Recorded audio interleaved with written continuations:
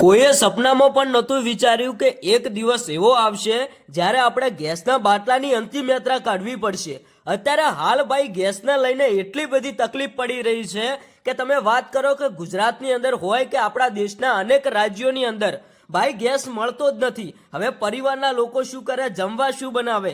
અત્યારે હાલ જે દ્રશ્યો તમે જોઈ રહ્યા છો કે ગેસના બાટલાની અંતિમ યાત્રા, ખરેખર મિત્રો કોઈ દિવસ કોઈએ સપનામાં પણ નહીં વિચાર્યું હોય કે આવા દિવસો આવશે જે ગેસ ભાઈ સરકાર દ્વારા મહિલાઓને મફતમાં મળતો। હવે એ ગેસ જ અત્યારે હાલ આપણે લેવા જઈએ ને, એક બાટલાના આપણે ડબલ રૂપિયા આપીએ ને તો પણ આ ગેસનો બાટલો નથી મળતો। તમે વિચાર કરો કે કેવા દિવસો આવ્યા છે। અત્યારે હાલ આ બધું શેના કારણે થાય છે? જે અત્યારે હાલ આપણને સોશિયલ મીડિયાના માધ્યમથી માહિતી મળી કે અત્યારે જે યુદ્ધ ચાલી રહ્યું છે એના કારણે આપણને ગેસ નથી મળતો। તો અત્યારે હાલ ભાઈ ગામડાઓની અંદર હોય કે સિટીઓની અંદર, હવે ભાઈ ગામડામાં તો લાકડા મળે તો અમુક લોકો ખાવાનું પણ બનાવે, પણ ભાઈ સિટીની અંદર તો એટલી બધી તકલીફ પડે છે।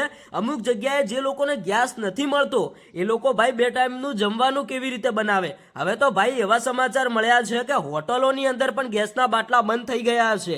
તમે વિચાર તો કરો કે આવું કોઈએ વિચાર્યું પણ નહીં હોય એવા દિવસો આવી ગયા। અને ભાઈ ગેસની સુવિધા ન મળતા અમુક લોકોએ ભાઈ ગુસ્સે ભરાઈને ગેસના બાટલાની જ અંતિમ યાત્રા કાઢી। કહેવામાં એવું આવે છે કે અમુક કોંગ્રેસના નેતાઓ દ્વારા ગેસના બાટલાની અંતિમ યાત્રા કાઢવામાં આવી હતી, કારણ કે અત્યારે હાલ ભાજપની સરકારમાં જો આપણને ગેસના બાટલા પહેલા મફત મળતા હતા અને આજે એ દિવસ આવ્યો કે આપણને એક બાટલો લેવા જઈએ તો પણ બાટલો નથી મળતો, 2-3 કલાક સુધી લાઈનમાં ઊભા રહીએ તો પણ મિત્રો ગેસ બુકિંગ નથી થતો। કદાચ મિત્રો તમારા સાથે એવી પણ ઘટના બની હશે કે તમારા જે ગેસના સિલિન્ડર માટે તમે જે બુકિંગ નંબર આપેલો હોય છે એ નંબર ઉપર તમે કોલ કરો એટલે તમારો બાટલો બુકિંગ થતો હોય છે, પણ હવે તો ભાઈ એ બુકિંગ નંબર પણ બંધ કરી દેવામાં આવ્યો છે।